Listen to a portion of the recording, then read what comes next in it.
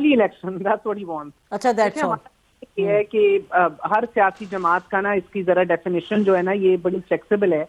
अपने नजरिए और एनएक्स से जब ये देखते हैं कि फौज का किरदार क्या होना चाहिए, बिल्कुल ये बड़ी बदकिस्मती है। जो भी ऑपोजिशन में होता है तब वो यही फोन कॉल्स और पॉलिटिकल इंजीनियरिंग का रोना रोता है, और फिर आप देखती हैं सिविलियन बालादस्ती की बात करते हैं, रूल ऑफ लॉ की बात करते हैं, बट जैसी हुकूमत में आते हैं तो वही चीज सबसे फ्लेक्सिबल होना शुरू हो जाता है। आज भी इमरान खान साहब ने बात की कि आईएसआई का करप्शन के हवाले से एक रोल होना चाहिए, मगर देखिए गवर्नेंस में तो ये तो आप गवर्नेंस में ला रहे हैं ना फौज को। सवाल ये भी उठते हैं, उधर ही उठते हैं कि भाई ये किस तरह का खाका है, कौन सा मॉडल चाहिए।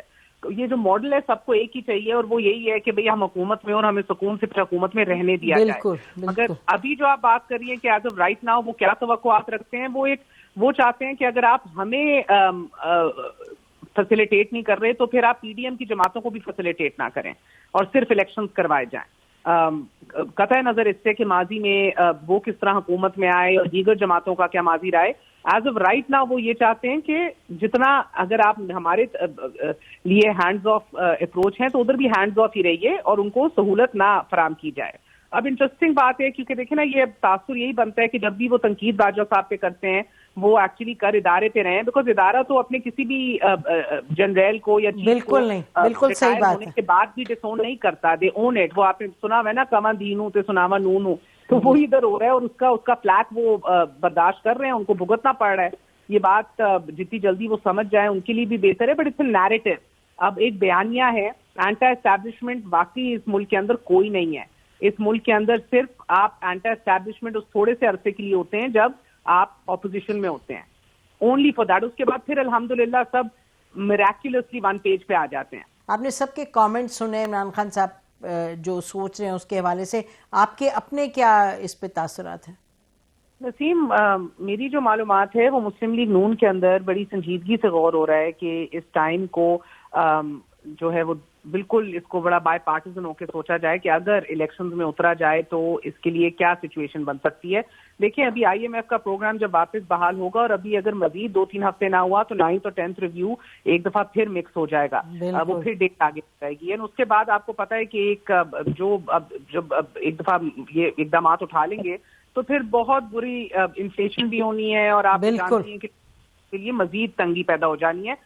तो ये एक किस्म का ऐसा मौका है where if they step into election right now, ये कंसिडर किया जा रहा है सीरियसली। अगले 24 से 48 घंटों में हमारे जराए बता रहे हैं कि इसके ऊपर शायद कोई फैसला हो जाए अगर इलेक्शन में उतरना है, क्योंकि ये वो टाइम है जब आपने मुकम्मल तौर पे उनकी सारी जो एनर्जी के हवाले से और सर्कुलर डेट खत्म करने के हवाले से और टैरिफ फिर बढ़ाने के हवाले से और पीडीएल वापस बढ़ाने के ऊपर जो सारा जोर है वो अभी नहीं अपनाया। You still have a little bit of a face saving so to से।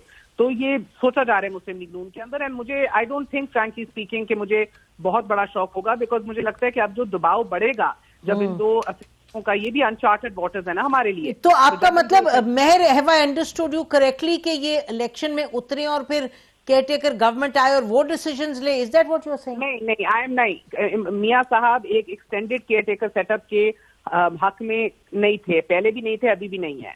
आई एम टॉकिंग अबाउट के अर्ली इलेक्शंस, यानी कि आप फिर बात करें कि भाई जून जुलाई में करा लें, अर्ली इलेक्शंस बात हो जाए, अक्टूबर की नहीं। पहले तो they will have taken the tough decision on IMF और फिर ये तो इनको it will hit them in the elections.